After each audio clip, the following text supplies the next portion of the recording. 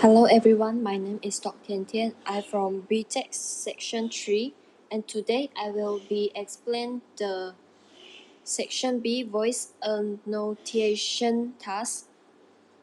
This presentation is for my btmt 2093 Network Management and Business Growth Midterm Exam. The topic I will be explaining is risk pooling. So what exactly is risk pooling? Risk pooling is a supply chain strategy where you combine demand from multiple locations into one centralized inventory system. The key principle is this: when you add different demand streams together, the high and lows cancel each other out. This makes the total demand smoother and more predictable. Because the demand become less variable, you don't need as much safety stock. You can maintain the same customer service level with less inventory. In simple terms, in terms of keeping store in many places separately, you keep them together. This reduces waste and save money. Now, let me explain how risk pooling works using this side-by-side comparison diagram. Let's look at the top part of the diagram first. This shows a situation without risk pooling. We have three separate warehouses: Warehouse A in Kuala Lumpur, Warehouse B in Penang, and Warehouse C in Johor. Each warehouse keeps its own safety stock. As you can see, each one holds 100 units of safety stock. So in total across all three warehouses, they are holding 300 units of inventory. Now look at the demand. Warehouse A has high demand, shown in red. Warehouse B has low demand, shown in green. And warehouse C has medium demand, shown in yellow. The problem here is that each warehouse must prepare for each on peak demand, even if other warehouses have low demand. This leads to high total inventory and wasted resources. Now, what happens if we apply risk pooling? Look at the arrow in the middle. We move from separate warehouses to a centralized system. Now look at the bottom part of the diagram. This shows the same situation with risk pooling. In terms of three separate warehouses, we now have one central hub. All demand from KL, Penang, and Johor is combined into this one location. Here is the key point. Because high demand and low demand cancel each other out, the total safety stock needed is now only 150 units, not 300 units. That means the company saved 115 units of inventory. This is a 50% reduction in safety stock while maintaining the same service level. When you keep inventory separate, you have more safety stock because each location faces its own uncertain demand. But when you pull inventory into one location, the ups and downs average out. High demand from one place is balanced by low demand from another place. This is why risk pooling reduces total inventories and lower costs without hurting customer service. Let me explain the benefits of risk pooling. First, lower inventory costs. Because you need less safety stock, you spend less money on storing goods, managing store, and handling inventory. Second, higher service level. With poorer inventory, you are less likely to run out of stock. This means fewer customer complaints and happiest customer. Third, reduce transportation costs. Instead of sending many small shipments to separate warehouses, you can send larger, more efficient shipments to one central location. 4. Less demand variability.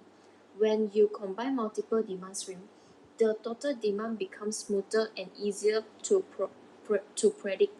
This helps managers plan better and reduce uncertainty. These benefits explain why large companies like J&T Express, Shopee, and Amazon use risk pooling strategy in their supply chain.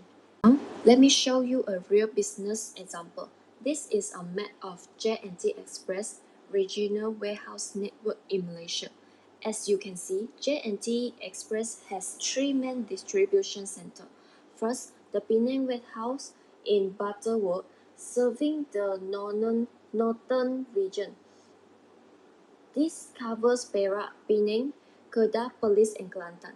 Second, the Shah Alam main hub in Selangor, serving the central region. This is their largest facility, covering Selangor, Kuala Lumpur, Putrajaya, and Negeri Sembilan.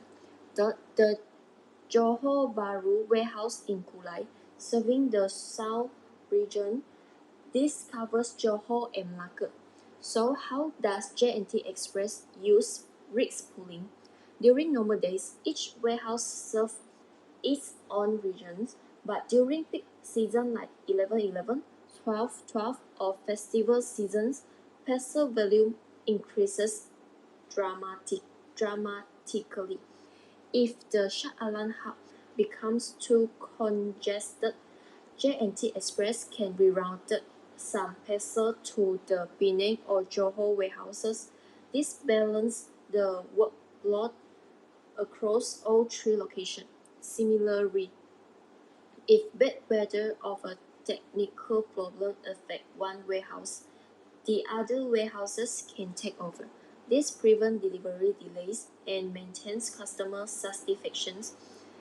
This is a form of physical risk pooling by having multiple regional warehouses instead of just one central hub. J&T Express reduced the risk of disruption and improved delivery reliability. During the 11/11 sales event in 2023 year, J&T Express handled over 2 million parcels per day in Malaysia alone. Without risk pooling across their regional warehouses, they would not have been able to manage this volume effectively. Let me conduct my presentation with what I have learned about risk pooling. First, risk pooling reduces inventory costs. By combining demand from multiple locations, you need less safety stock. Second, risk pooling improves service level. Fewer stock out means happier customers. Third, demand becomes smoother when aggregated. This makes planning and forecasting easier for managers. Four, companies like J&T Express use regional warehouses as a form of risk pooling to manage peak season saga and reduce delivery delays. So what did I learn from this topic? I learned that smarter inventory placement is better than just adding more stock. Many people think that to avoid stock out, you just need to buy more inventories. But risk pooling shows that how you organize your inventory is just as important as how much you have. I also learned that uncertainty is not something you can eliminate, but you can reduce its impact. Risk pooling does not make demand perfectly predictable, but it makes demand less variable, which is good enough for better planning. How can this be applied in real business situations? For a large company like J&T Express, risk pooling means building regional warehouses and using real-time data to reroute parcel when needed. For small businesses, risk pooling can still work. Small businesses can share warehouse space with other companies or use third-party logistic providers like DHL or Ninja Van. Even online sellers on Shopee or TikTok can keep inventory in multiple fulfillment centers instead of just one location. In conclusion, Risk pooling is a powerful strategy that helps companies reduce costs, improve customer service, and handle uncertainty more effectively. Thank you for your listening.